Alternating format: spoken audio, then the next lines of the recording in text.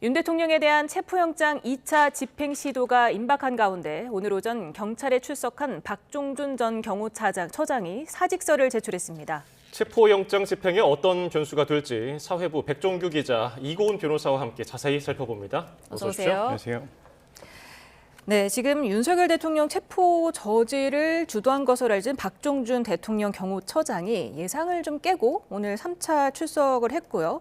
경찰에 출석을 했고 사직서까지 제출했습니다. 어떻게 보셨습니까? 전 사실 오늘 출석 요구에 불응할 가능성이 크다라고 예상을 했는데요. 정말 저의 예상을 깨고 이제 3차 소환 요구에 이제 출석을 했습니다. 왜 그랬을까를 생각해 보면 일단 이 3차 이 출석 요구에 불응할 경우에는 사실상 체포 영장 청구뿐만 아니라 구속 영장 청구 가능성도 굉장히 높아집니다. 따라서 마지막 기회다라고 생각을 하고 오늘 출석하지 않은 것이 아닌가 싶고요. 그리고 보통 체포 영장 같은 경우에도 사실상 3번까지 출석 요구를 했는데 불응할 경우에 영장 청구를 합니다. 그래서 이 부분을 우려했다라고 보여지기도 하고 또 1차 불응을 할 때 했던 얘기가 내가 오늘 아니면 내일까지 변호인을 선임을 해서 출석 일정을 이 경찰과 조율하겠다라고 이야기했기 때문에 그 부분의 말이 본인이 했던 언사와 만약에 어긋나는 경우에 강제 수사에 돌입할 수 있다라는 부분을 염려하지 않았을까 싶고요. 그리고 또 한 가지는 이제 긴급 체포의 가능성이 높다라는 점을 아마도 이 박종준 처장 같은 경우에도 본인의 변호인과 또 논의한 바가 있지 않을까 싶습니다. 그래서 긴급 체포나 혹은 또 이 강제 수사의 가능성을 낮춘다는 점, 또 2차적으로 나아가서는 구속영장도 사실상 청구돼 사전영장이 청구될 가능성도 굉장히 높기 때문에 이 부분의 청구의 가능성을 낮추기 위해서 이런 부분들 출석 요구에 응했고 또 더불어서 사직서 제출까지 나아간 게 아닌가 싶고요. 그리고 이런 논란이 있었습니다. 만약에 오늘까지도 출석에 불응할 경우 혹은 오늘 조사를 받고 이 구속영장이 청구되지 않은 경우에는 내일도 바로 또 다시 직무에 복귀를 해서 또 이 체포영장 집행을 저지하는 업무에 다시 돌아갈 수 있지 않느냐라는 우려들도 있었는데 예. 사직서가 제출됨으로 인해서 다시 범행에 계속해서 가담할 가능성을 낮춤으로 인해서 강제 수사가 청구될 가능성을 낮추는 것을 노린 것이 아닌가라는 추측을 조심스럽게 해봅니다. 예, 박종준 전 처장 오늘 경찰에 출석하면서 대통령 신분에 걸맞은 수사 절차가 필요하다고 얘기했거든요. 이건 어떤 의미로 해석이 됩니까? 네, 앞서 변호사님께서 설명해 주셨듯이 경찰 안팎에서는 사실 박종준 처장 조사에 불응하거나 아니면 변호인을 늦게 선임해서 일정을 조율하거나 아니면 3차 출석에 응하거나 이렇게 다양한 시나리오가 사실 있었습니다. 예. 결국 박 처장은 막판에 이제 변호인을 선임해서 최종 출석 요구를 응하는 방식을 선택했는데요. 박 처장이 이렇게 얘기했습니다. 현직 대통령 신분에 걸맞은 수사 절차가 진행되어야 한다. 지금 같은 체포영장 집행 방식 절차는 아니라면서 우리나라 국격에 맞게 대통령에게 적절한 수사 절차가 이제 필요하다 이렇게 이야기를 했습니다. 그러면서 적법하게 발부된 체포영장을 막느냐는 질문에는 여러 법리적 이론이 있다 이렇게 말하면서 이제 말을 좀 아끼기도 했는데요. 이 말을 좀 해석해 보면 대통령이 이제 수사기관에 체포를 당해서 이제 구금당하는 것 자체를 용납할 수 없다는 의미 같기도 합니다. 그러니까 윤석열 대통령에 대한 3차 출석, 2차 영장 집행 이게 부당하다는 메시지를 이제 출석하면서 내려고 한 게 아니냐 예. 이런 분석이 나오고 있습니다. 지금 박 전 처장이 사직을 하면서 지금 그 빈자리를 김성훈 경호처 차장이 지금 직무대리를 하는 것으로 알려져 있는데 지금 김성훈 차장도 내일 경찰에 출석 예정이 돼 있지 않습니까? 어떻게 보십니까? 그러니까 이 부분이 지금 좀 난항을 겪을 것 같습니다. 왜냐하면 갑자기 처장이 사직서를 제출을 했고 수리가 되면서 갑자기 그 해당 직무가 공석이 됐습니다. 그러면서 김성훈 차장에게 그 직무를 대행하도록 되어 있으니 김 차장 같은 경우에 내일 출석 요구에 또 응하기가 굉장히 어려운 상황에 처했습니다. 왜냐하면 갑작스럽게 본인이 처장 임무를 대행하면서 어쨌든 지휘 체계랄지 또 그 업무 시스템 부분에 대해서 좀 정비를 한 다음에 경찰 수사에 응해야 된다라는 어떻게 생각하면 출석 요구를 거부할 수 있는 정당한 사유가 하나 생겨난 것이 아닌가 싶습니다. 그래서 현재 이 특수공무집행방해 혐의에 똑같이 동일하게 피의자 신분이 사실은 차장에게 이런 권한 대행을 맡기는 것이 사실상 맞는가라는 의문이 들긴 하지만 내일 경찰 출석 요구에 대해서는 이 갑자기 급변한 사정을 들면서 김성훈 차장이 출석 요구에 불응할 가능성이 있고요. 이 불응하기 전에 제 판단에는 아마 내일 오전 중으로 변호인을 먼저 선임한 다음에 이러한 사정을 변호사를 통해서 전달을 하고 출석 일자를 다시 한 번 더 조정하지 않을까 추측을 해봅니다. 예.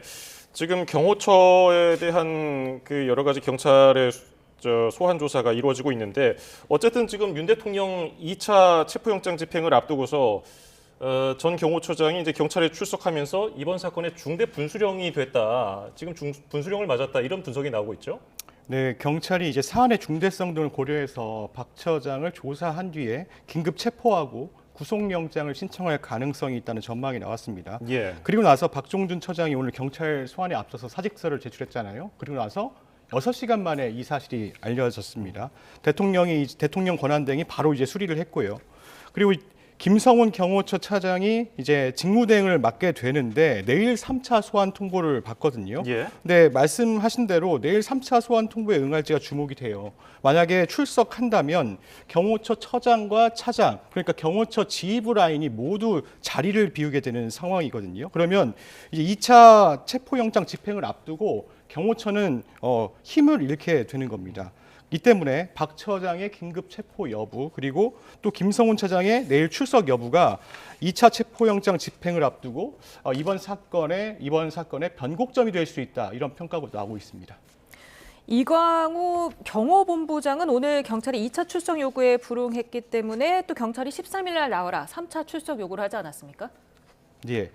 지금 이광우 경호본부장 그리고 이진아 경비안전본부장도 지금 경찰에서 출석 요구를 하고 2, 3차 출석 요구를 하고 나와서 조사를 받으라고 했습니다. 네, 경찰은 이제 원래 시나리오를 보면요, 이제 체포영장을 발부받아서 윤석열 대통령 체포영장을 집행할 때 이제 같이 이제 먼저 체포하고 윤 대통령을 체포하겠다 이런 시나리오를 세웠던 것 같습니다. 그런데 오늘 박종준 경호처장이 이제 경찰에 출석하면서 이런 영장 집행 시나리오가 조금 꼬인 것 같아요. 그래서 이제 박 처장이 오늘 이제 경찰 소환에 응한 건 경호처 휘하 간부에 대한 이제 선처를 이제 간접적으로 유도한 거 아니냐 이런 분석도 나오고 있습니다. 경호처 간부가 이제 줄줄이 입건되고 이제 소환에 불응하는 상황에서 자신이 이제 체포 등 모든 가능성을 떠안겠다 이런 포석을 깔았다는 분석도 나오는데요. 박 처장을 비롯해 이 경호 책임자들이 모두 현장에서 배제될 경우 체포영장 집행에 더 큰 차질이 생기는 상황을 이제 방지하기 위해서 출석했다 이런 해석도 나오고 있습니다. 예. 일각에서는 경호처 간부 한 명 한 명씩 무력화시킨 다음에 이 대통령에 대한 영장 집행에 나설 거다라는 예측도 있었는데 그러면 지금 체포영장 집행에는 어떤 변수가 될까요? 윤석열 대통령에 대한 체포영장 집행에 있어서 사실 오늘 갑작스럽게 경호처장이 출석하면서 아마 경찰에서도 오늘 출석에 불응할 것을 예상했을 가능성이 굉장히 높을 것 같습니다. 예. 그렇지만 오늘 오히려 박종준 전 처장이 출석한 것이 저는 오히려 체포영장 집행에 더 용이해졌다라는 생각이 들기는 합니다. 그 이유는 오늘 박종준 처장이 출석을 하면서 본인 입장을 얘기를 했는데요. 나름대로 경호처를 이끄는 처장으로서 경호처가 불가피한 상황이었다라는 것을 자신에 대한 방어뿐만 아니라 이 경호처에 있는 직원들, 자신의 부하 직원들에 대한 방어 논리를 일부 이야기한 것이 아닌가 싶습니다. 처장이 이제 출석에 응하면서 사실상 밑에 있는 지금 차장이랄지 본부장이랄지 이제 줄줄이 소환이 예상되어 있고 또 여러 가지 강제수사 가능성까지도 언급되고 있기 때문에 사실 경호처의 이 지휘 체계랄지 경호처의 방어 논리나 이런 것들에 대한 힘이 잃어질 가능성이 굉장히 높다라고 생각하고요. 그렇다라고 한다면 아마 다음 주쯤 체포영장을 재집행했을 때 의외로 이러한 방어 저지선의 방어 저지선이 무너지는 확률이 굉장히 또 크지 않을까라는 생각이 듭니다. 네, 오늘 박종준 경호처장이 사직을 하면서 네. 긴급 체포 가능성이 좀 줄어들었다고 하셨는데 긴급 체포 요건이 어떻게 됩니까? 일단 긴급 체포라는 것은 영장이 없이 긴급하기 때문에 체포한다라고 이해하시면 될 것 같습니다. 그 요건을 보면 요건이 좀 까다로운데요. 예. 모든 죄에 대해서 적용되는 것이 아닙니다. 사형, 무기 또는 장기 3년 이상의 이 중대한 범죄를 저질렀다라고 의심할 만한 상당한 이유가 있어야 되고요. 그리고 이 체포가 긴급해야 됩니다. 즉 도망할 우려가 굉장히 있어서 이 지방 법원의 이 판사에게 영장을 발부받을 만한 시간적 이유가 없을 때, 또 체포의 필요성으로는 증거를 인멸하거나 도망 또는 도망할 우려가 있을 때 긴급하게 체포를 하게 되고요. 또 긴급 체포를 한 다음에 만약 경찰이 긴급 체포를 했다면 검사에게 사후 승인을 받아야 되고요. 또 48시간 이내에 구속영장 청구 여부를 결정해야 됩니다. 제가 왜 박종준 전 처장에 대해서 긴급 체포할 가능성이 많이 줄어들었다라고 제가 판단한 이유는 48시간 내에 구속영장을 청구해야 되는 그 부분이 있다라는 점입니다. 예. 아마도 조심스럽게 예측을 해보자면 오늘 조사가 다 마무리되지 않을 것 같습니다. 추가 조사가 이어질 가능성이 굉장히 높다라고 생각되는데요. 그 이유는 결국 박종준 현재는 전 처장의 입을 통해서 확인하고 싶은 것이 결과적으로 이 체포영장을 저지하는 것에 있어서 누구의 지시 때문에 경호처에서 했는지, 즉 윤석열 대통령이 이러한 특수공무집행 방해에 함께 공모하고 공범인 여부도 아마 확인을 해야 되고요. 처장뿐만 아니라 차장, 본부장, 또 그 아래 직원들의 실행행위, 또 공모 내용 이런 것들을 이 박종준 전 처장의 입을 빌어서 여러 가지를 확인해야 됩니다. 예. 이런 부분들이 굉장히 시간이 오래 걸릴 것이기 때문에 아마 오늘 야간 전에 1차 조사를 마치고 2차 조사 일정을 또 조율하지 않을까 싶습니다. 따라서 오늘 바로 긴급하게 체포하기에는 확인할 사항이 너무 많고 48시간 내에 구속영장을 청구한다는 것도 실질적으로 좀 어렵기 때문에 저는 긴급 체포의 가능성이 좀 낮지 않나 생각을 합니다. 예, 박종준 전 경호처장이 경찰에 출석한 지 한 8시간 정도가 지났는데 이 경호처장이 경찰의 소환 통보에 응하자 윤 대통령 측은 반발하는 입장을 냈거든요. 어떤 내용들이 나왔습니까? 네, 윤석열 대통령 측은 이제 국가 안보에 중대한 위해를 좌초하는 것이다 이렇게 강조했습니다. 그러면서 지금의 상황은 자신의 임무를 다하는 이들이 그 소임을 저버리도록 하는 것이다 이렇게 이야기도 했습니다. 또 국가 안보마저 개의치 않겠다는 비정상적 행위라고 밝혔는데요.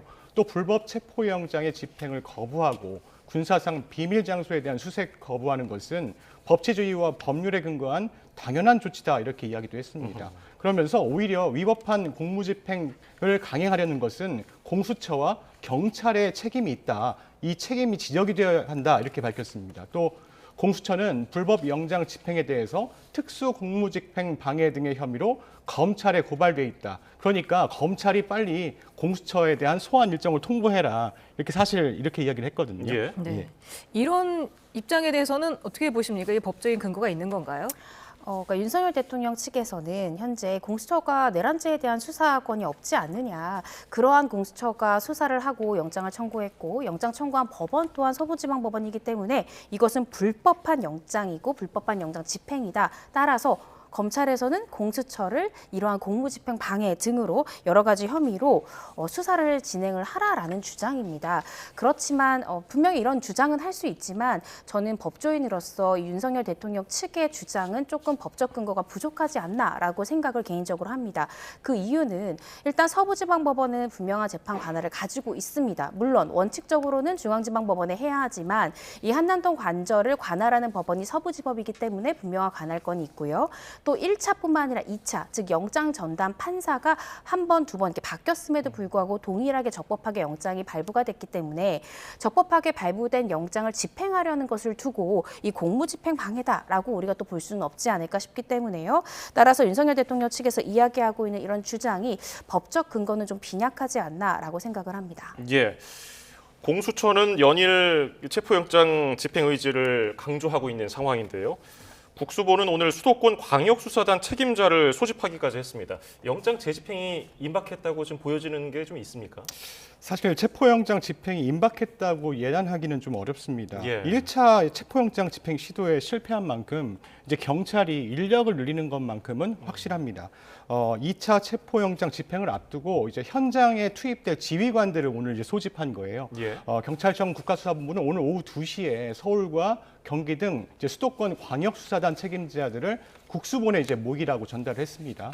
소집 대상 그리고 각 수사단의 형사 기동 대장이고요. 그리고 마약 범죄 수사 대장 등 지휘관들로 알려지고 있습니다. 국수본은 2차 체포영장 집행의 이제 구체적 계획을 공유하고 실현 가능성과 이제 법적 문제점 등을 논의하고 있는 것으로 보입니다. 어제 수도권 광역수사단과 안보수사대 등의 수사 동원령을 담은 공문을 보내기도 했거든요. 예. 이 공문은 윤 대통령 체포영장 집행 때 투입을 준비하라 이런 내용이 들어 있었습니다. 그러면 이 인원들이 몇 명이나 되냐 보면 이제 광역수사대 인원들 그리고 기동대 인원들 이렇게 다 보면요 한 1000여 명 정도 형사기동대가 한 1000여 명 정도 될 거라고 예상이 되고 있어요. 그래서 예. 수도권 인력만 한 1000여 명 정도가 모일 수 있다, 모일 가능성도 있다 이렇게 이야기가 나오고 있는데요.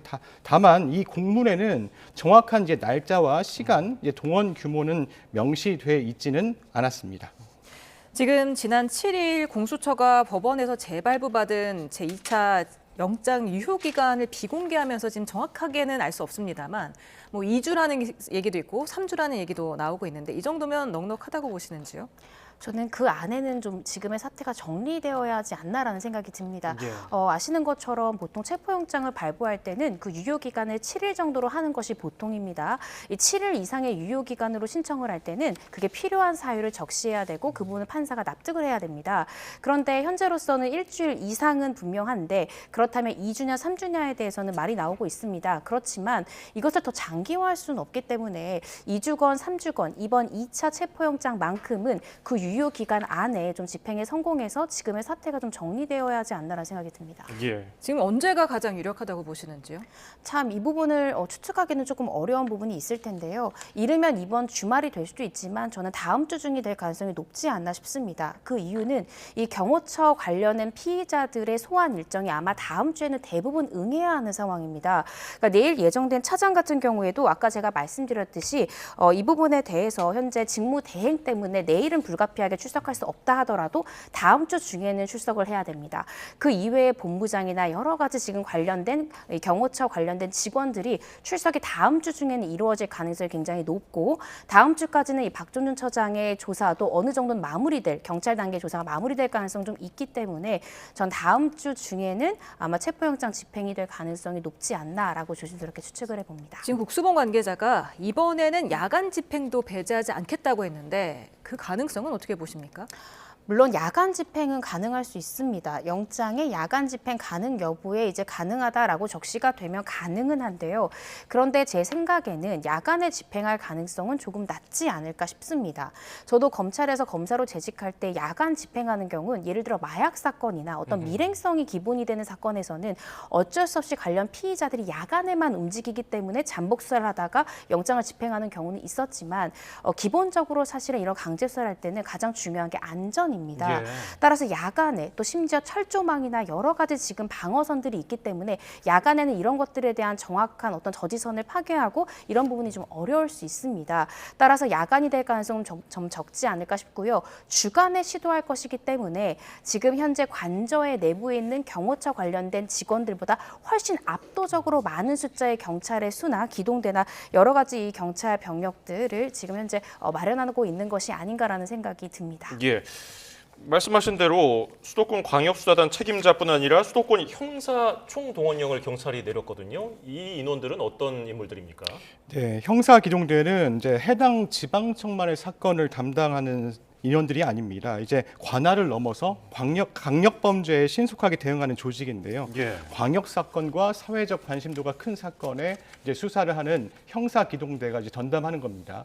500여 명이 넘는 수도권 형사기동대원들이 이제 상당수 동원될 것으로 보이는데요. 여기에 마약과 안보 수사를 담당하는 형사들도 추가 합류하면 앞서 말씀드린 대로 1000여 명에 달할 것으로 보입니다.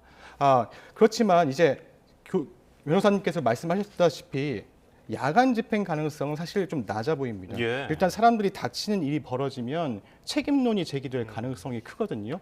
사실 이제 경찰도 결과도 중요하지만 과정을 따져야 하는 이제 국가 조직이잖아요. 예. 그렇기 때문에 야간 집행은 좀 어려울 것으로 보이고요. 지금 보시면 그 차벽이나 그 다음에 버스들이 막 세워져 있잖아요. 예. 이런 이 버스들을 빼내야 하는 이제 차량, 특수 차량이나 이런 것들도 다 불러서 사실 이 차벽을 무력화해야 되는 상황들도 벌어지는데 또 철조망, 원형 철조망도 다 쳐져 있고요. 예. 이렇게 되면 야간에 인력을 투입한다는 것은 사람들이 다칠 가능성이 크기 때문에 그 부분을 이제 생각하면 야간 집행 가능성은 좀 낮아 보이는 상황인 겁니다. 지금 경찰이 1차 영장 집행 당시 지난 3일에 한남동 관저했던 경호처 직원 26명에 대한 신원 확인을 요청을 했습니다. 경호처 직원들이 상당한 압박감을 느끼고 있을 것 같은데요. 네, 그럴 것 같습니다. 지금 그 1차, 2차, 3차 저지선이 있었거든요. 그런데 1차에서는 쉽게 열어졌고 2차에서 사실상 물리적 충돌이 조금 발생하는 모습을 봤습니다. 그런데 경찰이 그때 다 체증을 하고 있었어요. 당시 상황들을 어떤 인물들이 어떻게 맡고 있는지 이런 것들을 카메라나 녹음기나 이런 것들 다 체증하고 있었거든요. 그 안에서 얻은 정보를 가지고 26명의 신원 확인을 이제 경호처에 공문을 보내서 맞냐 이렇게 지금 확인을 하고 있는 상황인 겁니다. 예. 그래서 당시 이제 불법행위 가담 정도 그리고 또 앞으로의 불법행위 여부를 종합적으로 고려해서 경찰은 입건 여부를 결정할 것으로 보이는데요. 체증 자료가 많기 때문에 이제 판독 결과에 따라서 추가로 신원 확인을 할 수 있는 부분도 있거든요. 그렇기 때문에 추가 상황들을 바라봐야 되는 상황들이고요. 이 같은 이제 26명에 대한 신원 확인 요청 공문을 보낸 건 사실 2차 체포영장 집행 시기를 저울질하면서 경호처에 대해서 사전 압박 작업을 하는 것으로 보이거든요. 예. 미리 이제 경호처에 대한 압박 작업을 벌인 뒤에 경찰과 공수처가 이제 2차 집행 시기를 이제 결정할 것으로 보입니다. 지금 국수본 관계자가 경호처 직원들이 영장 집행을 방해한다면 그게 상급자 지시라고 해도 특수공무집행 방해 혐의로 처벌을 받을 수 있고 그 경우에 공모직 및 연금이 박탈당하는 결과를 안게 될 것이다. 이렇게 말을 했거든요. 네. 이게 좀 영향을 미칠까요? 어떻게 보십니까? 저는 영향을 많이 미칠 것 같습니다. 그리고 아까 기자님께서 말씀 주셨듯이 26명에 대한 지금 신원에 대한 특정 여부, 신원에 대한 확인을 하고 있는데 이것은 무슨 의미냐면 피해자로서의 입건 가능성이 높다라고 저는 보여지거든요. 예.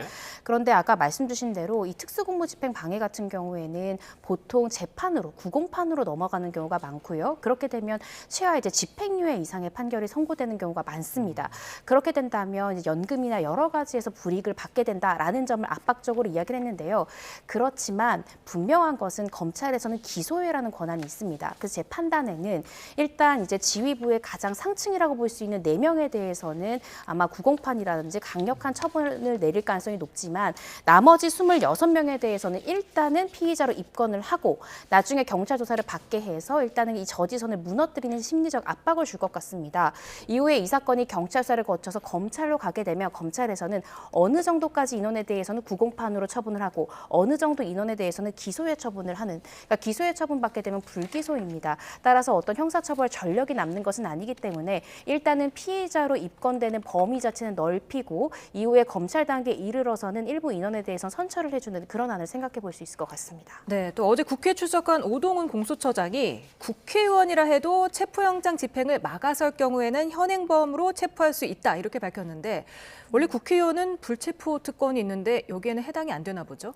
네, 현행범인으로는 체포가 가능합니다. 따라서 지금 국민의힘의 일부 의원들이 이 체포영장 집행에 있어서 저지하는 그런 상황이기 때문에 좀 압박을 주기 위한 용도로 이야기한 것이 아닐까 싶은데요. 실질적으로 이런 사태는 발생해서는 안 된다는 생각이 들고 이런 부분들까지 우리는 법적으로 고려를 하기 때문에 이 체포영장을 집행할 때 저지에 나서지는, 그러니까 국회의원들이 나서지는 않았으면 좋겠다. 이 정도의 뜻으로 해석해 볼 수 있겠습니다. 예. 앞서서 이제 경찰이 체증을 통해서 경호처 직원들에 대해서 이제 특수공무집행 방해 혐의로 입건하려는 그런 시도 말씀드렸는데 이에 실세라 윤 대통령 측 변호인단도 마찬가지로 영장 집행에 나섰던 공수처 검사, 경찰 수사관 150명의 신원 확인을 위한 정보 공개를 청구를 했습니다. 이게 서로 고소 고발 입건하게 되면은 좀 꼬이는 건 없습니까? 그러니까 지금 양쪽에서 서로가 불법이다라고 이야기하고 있는 상황입니다. 예. 아무래도 윤석열 대통령 측에서는 150명의 신원 확인한다라는 의미는 150명에 대해서 신원 확인, 즉 정보 공개가 된다면은 우리는 고발 조치도 불사하겠다라는 뜻으로 보이는데요. 그렇지만 고발이 된다라고 하면 피고발인 신분은 될 수 있습니다. 그렇지만 경찰에서나 검찰에서는 각하 처분이라고 해서 피의자에 대해서 조사하지 않고 그냥 조사 없이도 명백히 이건 혐의가 의미가 없다라는 것이 분명할 때는 그냥 각하처분으로 형식처분으로 불기소해버릴 수도 있습니다. 예. 그래서 이렇게 금방 또 끝날 가능성도 있어서요. 그런데 지금 어쨌든 윤석열 대통령 측 변호인단이 150명의 신원 확인을 위해 정보공개 청구를 했다. 이 말은 일단은 이 해당 인원에 대해서 추가 고발할 가능성이 높은 상황은 맞는 것 같습니다. 네. 김용현 전 국방장관 변호인단이 오늘 기자간담회를 열었는데 비상겸 수사가 내란 행위다 이렇게 얘기를 했어요. 네, 맞습니다. 내란죄 수사가 윤 대통령을 정치적으로 제거하려는 정치 세력이 주도하는 실질적 내란이다 이렇게 강조를 했습니다. 검찰의 이제 공소장은 내란의 주체를 윤 대통령이라고 잘못 기재한 오답 노트일 뿐이다 이렇게도 주장했습니다. 또 김 전 장관의 공소장 전체 83페이지거든요. 이 가운데 단 한 페이지가 직권남용 관련 공소 사실이 있다. 이제 검찰의 수사 권한이 있는 부분은 이 정도뿐이다 이렇게 강조를 하고 나선 겁니다. 그러면서 억지로 검찰이 직권남용 공소 사실을 끼워 넣어서 전체 수사의 불법을 은폐하고 있다고 주장하고 있습니다. 이어서 검찰의 공소 사실에 대통령이 수십 차례 등장하는 것은 김 전 장관의 혐의에 대한 증거가 없음을 의미한다 이렇게 이야기했는데요.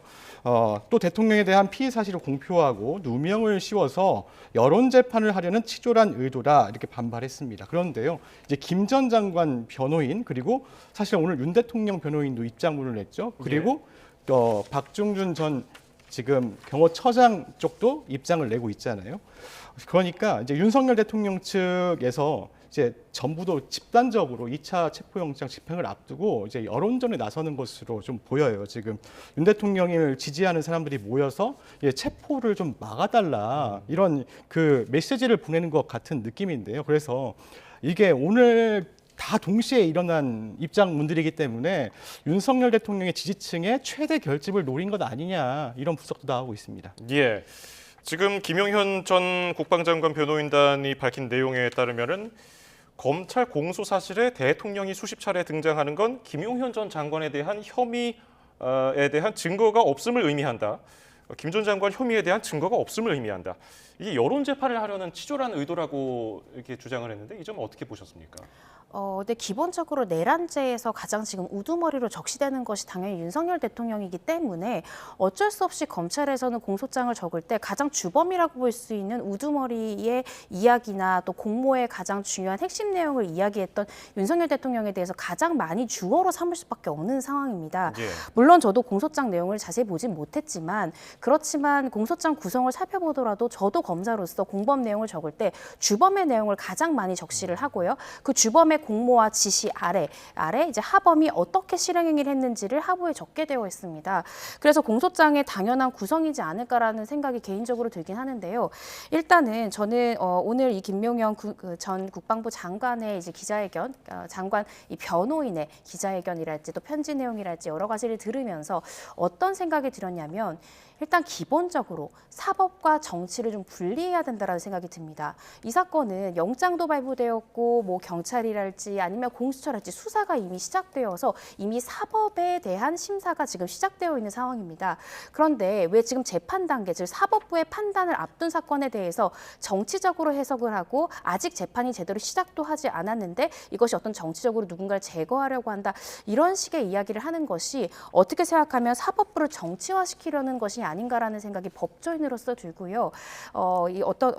제 생각에는 윤석열 대통령이랄지 또 김용현 국방장관이랄지 억울한 부분 또 위법 수사인 부분, 위법식 증거인 부분 이런 부분은 정당한 사법 체계를 통해서 주장을 한다라고 해도 충분히 또 재판부에서 경청을 하고 그 부분이 문제가 있다고 하면 무죄 선고 등 여러 가지를 할 수 있다고 생각이 듭니다. 그래서 어떻게 생각하면 정치와 사법을 좀 분리해야 된다라는 생각이 들었던 그런 기자회견이었습니다. 네. 그런가 하면 국가인권위원회가 윤 대통령의 방어권을 보장해야 한다는 안건을 전원위원회에 상정한 사실이 뒤늦게 확인되지 않았습니까? 이 소식도 좀 전해주시죠. 네, 일단 이 안건을 보면요. 김용원, 한석훈, 김종민, 이한별, 강정의 비상임위원 5명이 발의를 한 건데요. 예. 그런데 안창호 위원장이 결재를 했어요. 해당 안건은요. 헌법재판소장에게 윤 대통령의 탄핵심판 방어권을 철저히 보장할 것 등을 권고하는 내용이 담겼습니다. 그리고 중앙지방법원장에게는 계엄 관련 재판에서 체포와 구속을 엄격하게 심사하고 보석을 적극 허가할 것, 검찰총장에게는 불구속 수사를 할 것과 구속영장 청구를 남발하지 말 것, 또 국회의장에게는 한덕수 국무총리에 대한 탄핵 소추를 철회하도록 권고했습니다. 그러면서 이제 윤석열 대통령의 이제 입장으로 보여요. 계엄 선포는 헌법이 대통령에게 부여한 고유 권한인 만큼 대통령이 계엄 선포를 결심한 이상 세부적인 계획 수립은 잘못도 비난받을 일도 아니다 이렇게 이야기도 했습니다. 그리고 이제 정치권을 향해서도 쓴소리를 했습니다. 예. 국회가 야당의 의석 숫자를 무기로 이제 정당한 사유 없이 탄핵 소추안 발의를 남용해 온 게 오히려 국헌문란이다 이렇게 적기도 했습니다. 근데 국가인권위원회가 이 같은 이제 사실상 윤석열 대통령 측의 편에 서는 입장을 낸 것 자체가 사실상 문제가 있다는 지적이 나오거든요. 이제 인권위 내부에서도 비판의 목소리가 나오고 있습니다. 인권위 노조는 이제 이 같은 행동은 내란 동조 세력의 정치적 술수이자 획책이라 이렇게 비판하고 있는데요. 예. 내란 주동자들에게 대한민국 법치주의의 영역 안으로 들어오라고 권고하는 것이 진정한 국가 위기 상황의 극복의 시작이다 이렇게 강조하고 나섰습니다. 또 내부도 문제지만 시민사회단체도 잇따라 비판의 목소리를 내고 있습니다. 예, 말씀하신 대로 지금 일부 시민단체 그리고 전직 인권위원들은 해당 안건을 폐기하고 지금 사태를 막지 못한 책임에 대해서 사과를 하라 이렇게 요구를 했는데 이런 현상들 어떻게 보셨습니까? 저는 기본적으로 사실 국가인권위원회의 성격을 좀 보시면요. 이 국가인권위 홈페이지를 가시게 되면 위원회의 성격에서 뭐라고 규정하고 있냐. 이 행정부, 사법부, 입법부로부터 어디도 속하지 않은 독립된 기구다라고 국가인권위 홈페이지 제1면에서 이야기를 하고 있습니다. 그만큼 어느 곳에 속해서 일방의 입장을 대변하는 것이 국가인권위가 아닌 만큼 사실상 오늘 저희가 지금 대담 계속 내내 윤석열 대통령 측과 또 공수처 측의 또 입장이 계속 갈리고 있고 서로가 서로에 대해서 공무집행을 방해하고 있다라고 첨예하게 대립하는 상황에서 아무리 대통령이라 하더라도 일방의 입장을 취해서 이 부분에 대한 뭐 방어권 보장에 대한 안건을 제시한다는 것이 과연 국가인권위가 가지고 있는 독립성을 해하는 것은 아닌지 한번 이 해당 안건을 지금 이야기를 했던 그 위원께서 한번 생각해봐야 되는 지점이 아닌가 싶습니다. 네, 그런가 하면 야권이 법안 폐기를 한 지 하루 만에 다시 내란특검법을 발의하지 않았습니까? 이에 대해서 국민의힘이 내란 행위를 선전선동한 것도 수사 대상에 추가돼서 기사에 댓글을 단 일반 국민도 수사 대상이 될 수 있다. 이런 논리를 폈던데 이 부분은 어떻게 보셨습니까? 저는 사실 그것까지는 너무 정도가 지나치다라는 생각이 들고요. 수사 대상까지 되지는 않는다라고 생각합니다. 왜냐하면 모든 국민은 헌법상 표현의 자유를 가집니다. 따라서 지금의 사태에 대해서 사실상 국민 개개인마다 모든 의견이 다를 것이기 때문에 이것을 두고 또 어떤 수사의 대상으로 심지어 일반 국민에 대해서 그렇게 삼는다라는 것은 조금 지나치다고 생각이 들고요. 실제 어떤 고발 조치가 이루어진다라고 하더라도 전 처벌 가능성이 현저히 낮다라고 생각합니다. 그리고 또 외환죄가 추가된 것도 문제를 삼았던데 북한 도발에 대비한 여러 방어 훈련을 외환에 포함한 거면 그 자체로 문제고 또 북한을 외국으로 본다는 인식도 이론적으로 큰 문제다. 그러니까 법적으로 북한은 외국이 아니라는 건데 이 부분은 어떻게 보십니까? 사실은 외란죄 부분을 지금 현재 얘기하고 있는 것이 좀 맞지 않는 상황이다 생각이 들고요. 그런 인식 그 자체만으로 어떤 외환죄 이야기를 하는 것이 지금 현상에도 맞지 않고 범죄 성립이 좀 어렵지 않나라는 생각이 듭니다. 예, 오늘 이슈플러스 여기서 줄이죠. 지금까지 사회부 백종규 기자, 이고은 변호사였습니다. 고맙습니다. 감사합니다.